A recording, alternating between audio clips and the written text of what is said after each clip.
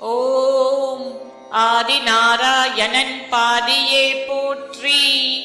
ஓம் ஸ்ரீ ஆதிலக்ஷ்மி தாயே போற்றி. ஓம் அஷ்ட ஐஸ்வர்யம் தருபவளே போற்றி. ஓம் ஸ்ரீ அஷ்டலக்ஷ்மி தாயே போற்றி. ஓம் உலகுக்கே உணவளிக்கும் உத்தமியே போற்றி.